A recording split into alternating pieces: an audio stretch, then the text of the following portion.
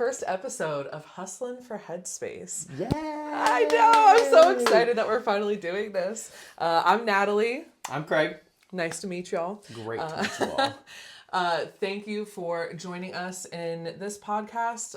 We are going to really talk about mental health and athletics, kind of generally. Our goal for this podcast is to also give you tangible tools to really make your life easier. Yeah.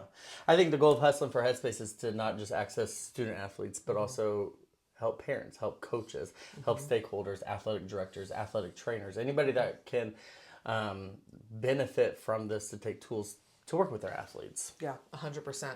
We all know that athletics is a very dynamic field, Right. no pun intended, but it's good for us to make sure that we have every tool that we need to be successful on and off the court, field, pool, etc. Yeah, I mean, even before we jump into interest, I think just having everybody understand just the impact mental skills are on sports. I think for years we've kind of minimized that impact and highlighted the physical side of things.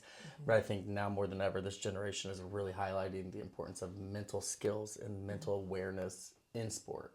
But before we get too deep, why don't you introduce yourself? Yeah. So I'm actually technically Dr. Natalie Talchik. queen. I know. I'm Natalie. I am a certified athletic trainer. Have been for 9 years now, I think.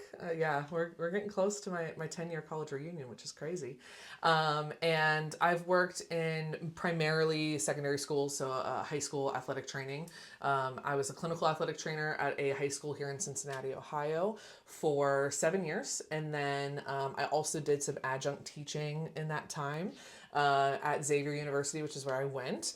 And then I got a call from my professor who taught me athletic training, and she was like, hey, we have a full-time position teaching.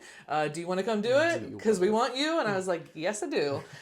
So I'm now in my second year teaching full-time at Xavier in the Master's Athletic Training Program. So I've kind of been on like the clinical side of things, but then also on the educational side of things.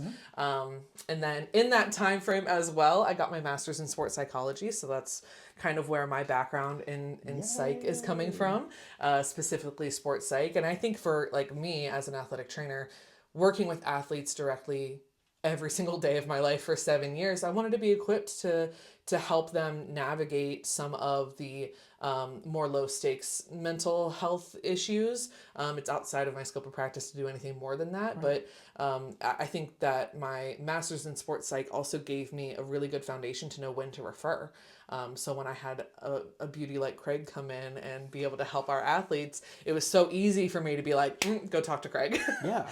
You know, even for starters, just like looking at that background, like so many times in athletics, we get into this pigeonhole thinking that, I don't want to say like we're a know-it-all, but like we don't need that extra training. I think even professionally, we get in those pigeonholes where we think we kind of have the experience. Just briefly, how did you have such an awareness piece to you to even go back for your master's? Like you were said, you were an athletic trainer. Yeah. What about your experience and honestly that self-reflection drove you to even want to explore another degree to enhance your practice already? Yeah, I think part of it was just like selfishly diversifying my skill set.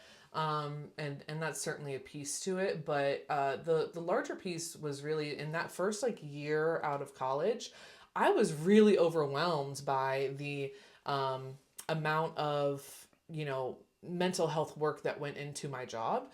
It wasn't really something we talked about in my, in my undergrad days. And so when I got certified and licensed and started practicing as an athletic trainer, I'm working with these athletes who I'm like, I understand what you're saying to me, but I have no idea how to help you through it. I don't really know how to actively listen to you.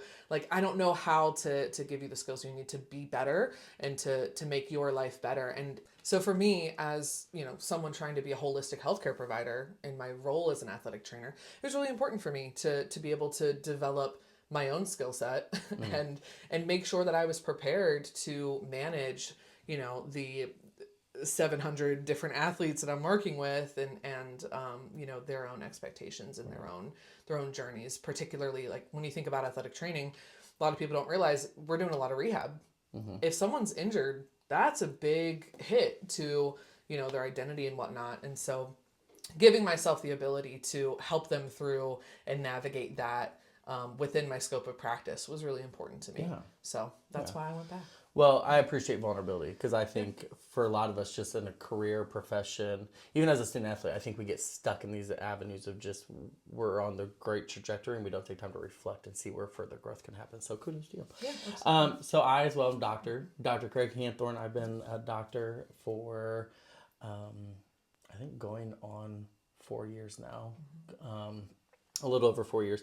My background's a little different. So I obtained my master's in school psychology. So for years, for 10 years to be exact, I've worked as a school psychologist and then recently transitioned out of that realm. And that's what led me into private practice. During that time, though, is when I went back to school to obtain my doctorate in sports psychology. I think for me at the time, I didn't want to pigeonhole myself as a school psychologist. I could have went back and got my PhD in school psychology, but instead I wanted to broaden horizons.